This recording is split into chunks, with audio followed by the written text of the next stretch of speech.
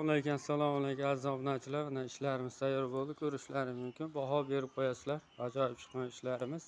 Ya'ni mebel svetga sepilgan yaltillashlariga, ishchi sifatlariga baho berib qo'yasizlar. Yoqqan bo'lsa bitta like bosib qo'yasizlar va bitta obuna bo'lib qo'yasizlar, azizlar. O'zimiz ustamiz, birinchi qo'l, adashmadilar.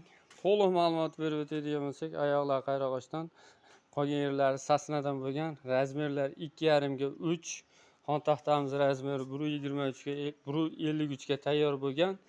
Skameykalarimiz uzunasi 1,25 ga, bo'ylari bir xil bo'lgan. Savollar bo'lsa kommentariyada yozishlaringiz mumkin. Narxlarim o'ta qimmat emas, arzongina kelishtirib beriladi. Ishga sifati, baquvvatligi behijolat. Bizga obuna bo'lish esdan chiqmasin.